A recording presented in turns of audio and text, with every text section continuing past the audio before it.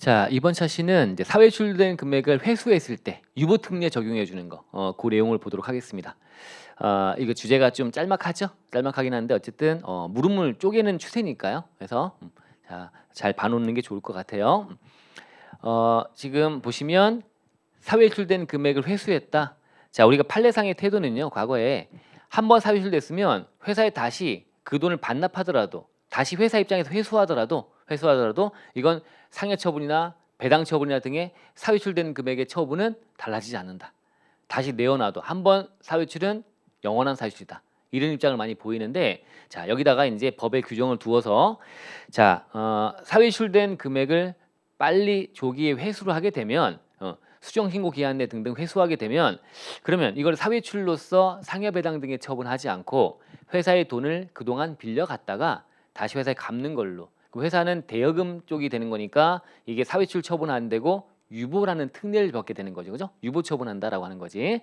그렇게 흘러가는 건데, 자, 이거는 어떤 요건을 만족하면 되는 거냐라고 하는 것과 또 이제 그 안에서 배제 규정도 있고 등 하니까 짤막하게라도 한번 대비를 해보실 필요가 있을 것 같습니다.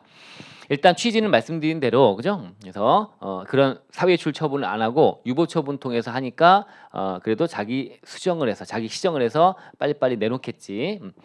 그러면 또 잘못된 걸 또 찾아내야 돼. 행정력 동원해야 되는데 그것도 절감이 되겠지. 바로 자수한 거나 마찬가지니까 빨리빨리 내놓고 이제 하게 되면, 그래서 이제 그런 취지를 가지고 적용이 되는데, 요건 안에 가보시면 요건을 우리가 시험 때도 자꾸 물어보고 하면 이게 표현을 정확히 하시는 분이 많지 않은 것 같아요.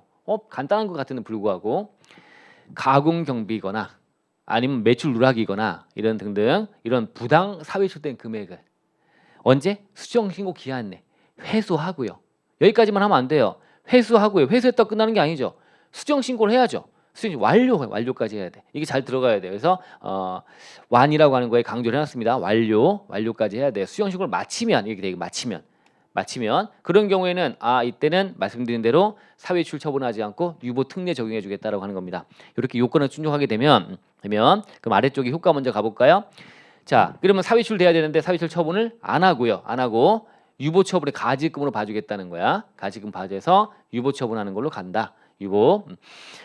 다만 이제 가지급으로 보기 때문에 상해 처분 안 하고 가지급이니까 그때 부당 사유출된 거를 빌려갔다가 다시 갚는 걸로 보는 거니까 회사는 대여금이 되고 그건 가지급이 맞기 때문에 가지급에 대한 제재 규정들은 적용받게 되겠지.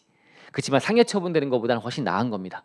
지급이자 송금분산이 팔 거고요. 인정이자 할 거고 이건 해야 됩니다. 이런 건 해야 되는 건데 가지급이 제외되지 않기 때문에 상해 처분 불이익은 주지 않겠다라고 하는 거고요. 여기서 추가로 얹어야 될 거는 이제 배제. 다음에 어느 하나 해당하는 경우로 쓸 때는 배제. 즉 이런 혜택을 준다 안 준다? 안 준다라고 하는 거지. 안 준다.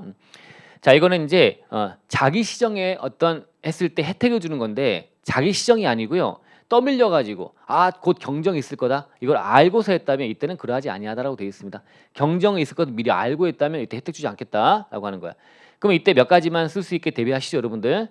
일반적으로 조사가 이어질 거다. 조사 통지를 받았다는 건 당연한 거고, 또 조사가 이어질 우리 실무적으로 보면 해명 통지를 받았대. 해명 통지. 해명하세요라고 하는 거. 해명이 되면 될 거면 안 보냅니다. 해명이 안 될 거야 반드시. 그러면 안 될 거니까 조사가 이어지겠지. 또는 조사 착수 알게 됐대요. 이런 거라. 조사 쪽이네 다. 그죠? 조사 쪽이네.